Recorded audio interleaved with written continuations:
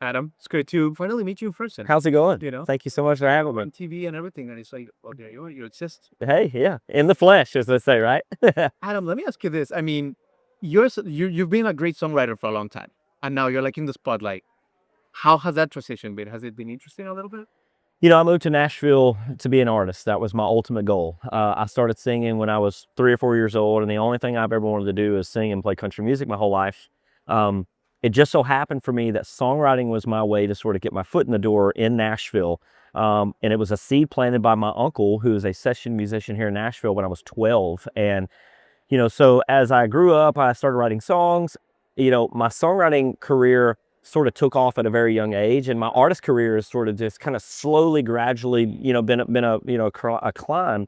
And so now I kind of feel like we're getting in a new season of my life where songwriting has propelled me into this artistry career, which is what I've always wanted to do. So it's been awesome. Amazing. Yeah. The timeline has been, Yeah, different than what you expect. But for sure, absolutely. yeah, but has there been a song, Adam? Like I think about this all the time. If I was a songwriter, that you've given away to someone that you're like, man, I wish I wouldn't have given that away. Well, I literally got this same question a few nights ago, and I would say there's a song that I recently wrote that an artist named Drew Baldridge recorded called Tough People. Okay. The song made it to top 10 on country radio. Sure.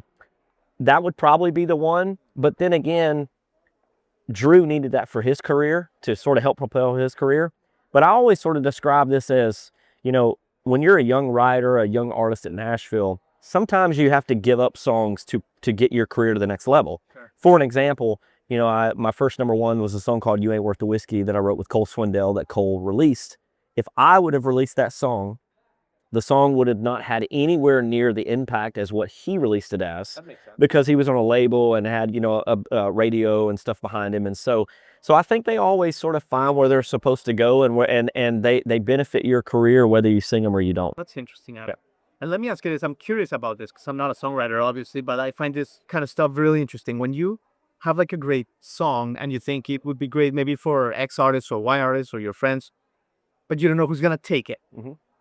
How do you kind of like, for lack of a better word, protect it when you're like sending a voice note to your people on their cell phones and stuff like that? Like how do you know that somebody's not going to just shoot it to another 5 people and you're going to kind of lose control of it? You don't.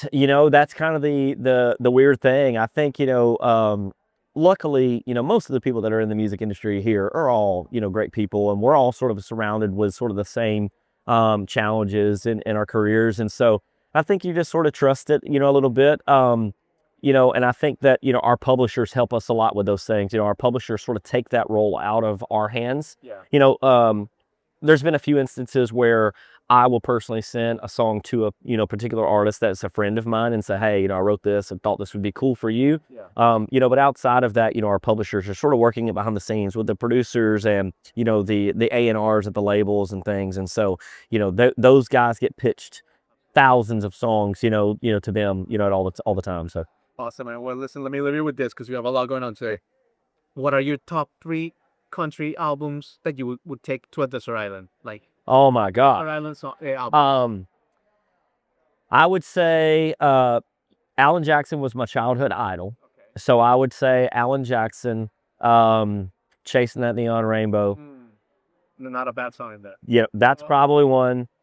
I was a big Kenny Chesney fan growing up. Sure. I would say his No Shoes, No Shirt, No Problem album. Classic.